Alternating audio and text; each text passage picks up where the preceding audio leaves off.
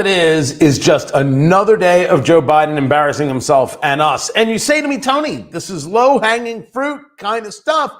Not necessarily.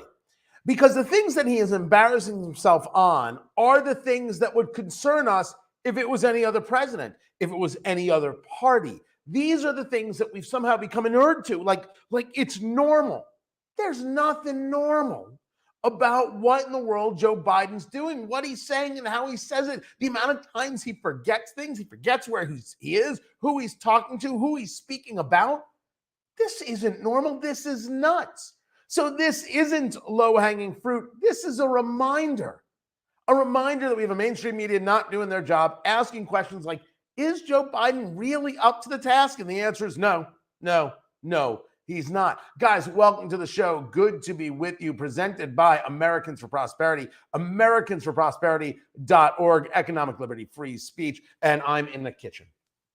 I'm actually in Florida. I'm in Naples, Florida, and oddly enough, part of my hotel room. So who likes microwaves? Biden.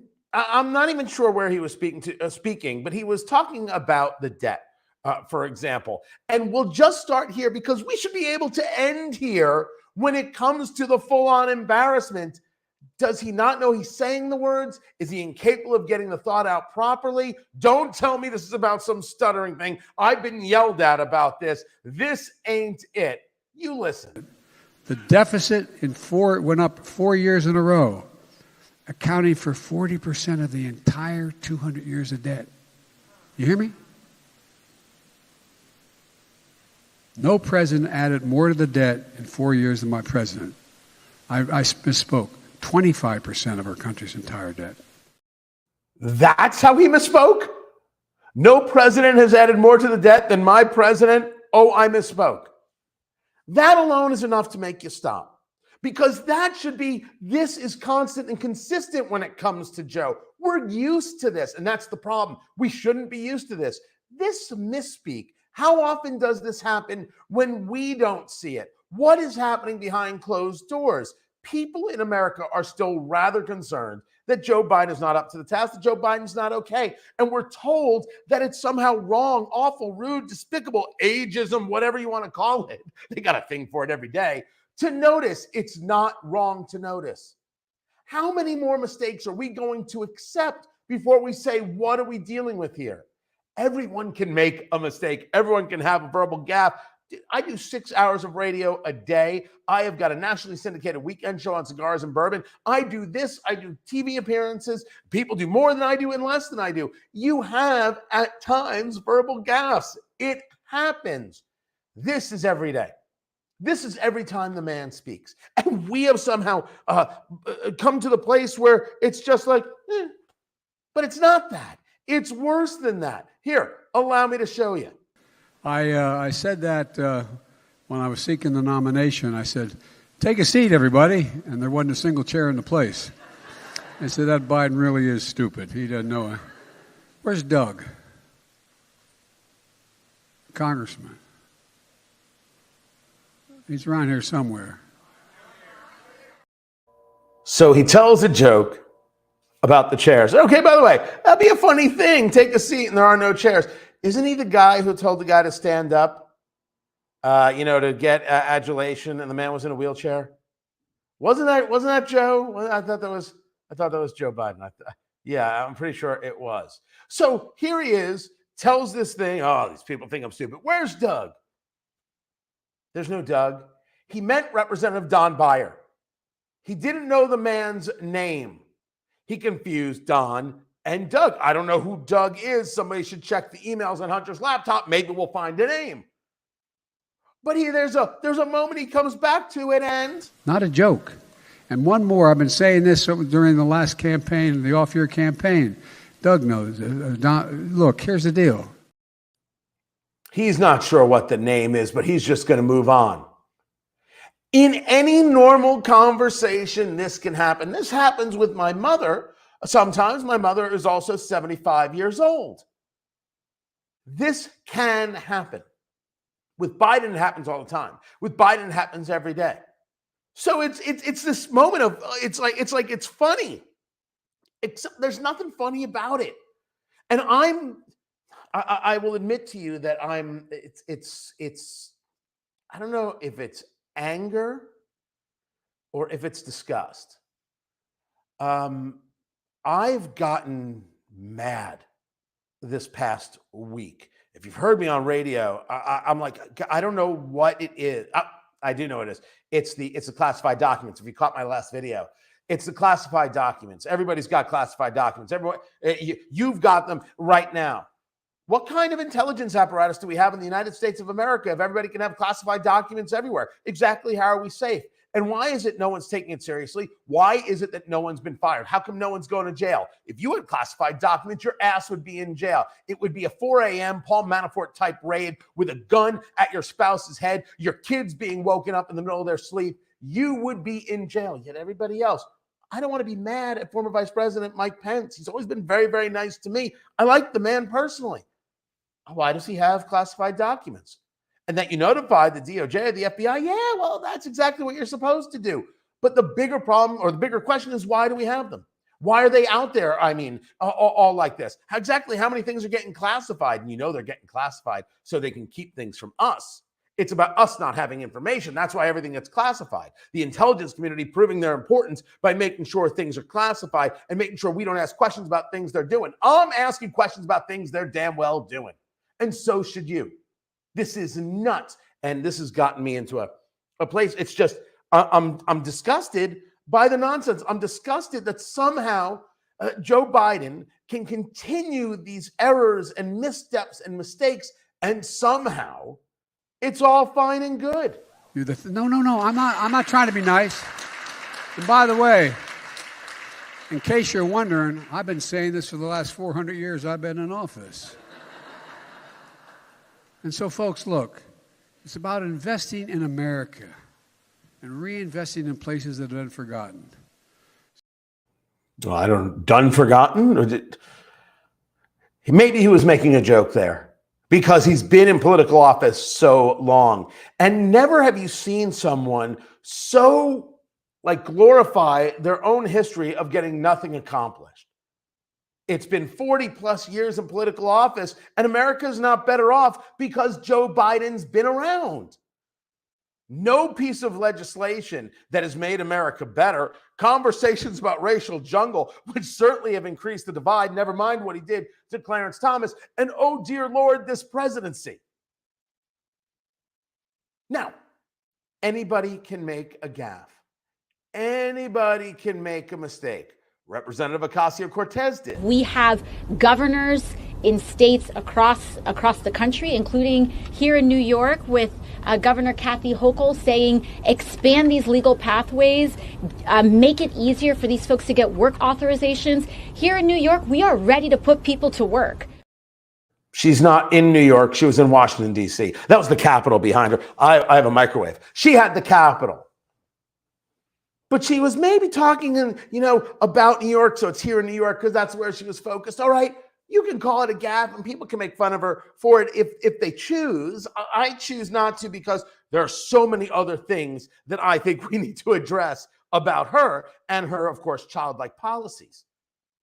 It's possible for someone to make a mistake. It's possible for someone to make a gaffe.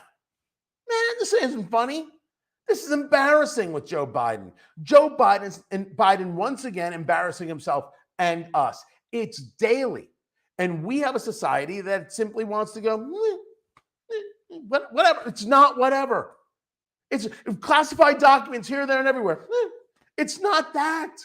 It's bigger than that. It's more important than that. And we need to be more upset about it. And part of our problem is a mainstream media that does not want to pay attention to it. Thank goodness for Rumble. Thank goodness for Talk Radio. And thank goodness for the platforms that are out there and people creating the content, sharing these things, because it's this reminder, because you get inundated with, well, here's what's really important. It's not.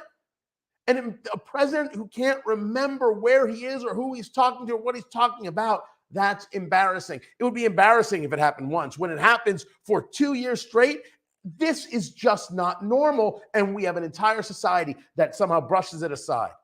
We're told that intelligence mattered and classified documents matter, and yet classified documents can be everywhere, whether it's at Mar-a-Lago, whether it's Biden's garage, or whether it's Hillary Clinton's bathroom, for the love of the Lord. And we all go, meh. It's gross. It's gross and it's wrong. And the only thing that I can come to in a way of trying to fix this thing is the constant reminder that we should be disgusted by it, and a push on elected representatives that we should be disgusted by it, and a constant move culturally that we should be disgusted by these things. Democrats are seriously going to consider running Joe Biden again. Jim Clyburn, the congressman from South Carolina, seriously wants to tell other Democrats, stop talking about other candidates. Don't talk about other candidates. It's Joe Biden or bust. Jim Clyburn's out of his head. He's just wrong. Tell him so. You're going to put up again for president a guy who doesn't remember the day? It's Coach from Letterkenny. It's blanket embarrassing. It really and truly is embarrassing. And yes, Gerald, you would be taking away the car keys and making doctor's appointments. Well said and well played. But allow me to give credit where it's due, because he actually got something right. It hadn't been with my case, but all of a sudden, blue-collar workers, all the guys I grew up with in Claymont and Scranton, they're voting Republican. Not a joke. What's happened? I think a lot of because they don't think we care. We're not paying attention. It's a little bit like what happened when I ran the first time as a 29-year-old kid for the Senate in 1972 and got elected. We had what I called limousine liberals. A lot of people wanted to do an awful lot, but they just forgot about my neighborhood. They forgot about the neighborhood I grew up in. We weren't poor. Now, I think he has discussed that he grew up poor before, but don't expect consistency from Joe Biden. Remember when he went to a historically black college and university, right? There's a million things about Joe Biden that he has talked about that is just not true. But limousine liberals are absolutely a thing, and forgotten about the working class, which is why the Democrats have lost the working class, because they're the party of the so-called college educated, which is really the college indoctrinated. If you went to college, but you aren't a progressive, well, they're not the party for you anyway. So it's not just college educated, of course, but they have forgotten and they don't care about, and they disdain people in the working class. They hate the people who work in factories. That's very, very obvious, because they said you have to have a college degree or you're not even a person. And then they go a step further by trying to tell these people, we know what's best for you. We'll tell you what to do. We'll tell you when to do it. We'll tell you what to think. We'll tell you what to think it. We'll tell you what is decent and indecent, what is racist and what isn't. And when we call you a racist, just say thank you and then keep paying your taxes. And you wonder why people don't want anything to do with it? Republicans should be capitalizing on this 24/7. They have to capitalize on this every single day, and they don't do enough of that either. But he is right about the limousine liberal. That is a real thing, and that's been a real thing for decades. People who espouse these things and then go home to their multi-million-dollar house. Remember, they're always pushing policies that they don't have to live with. It's gas stoves, baby. I know. They can't believe people are outraged about gas stoves. Listen carefully.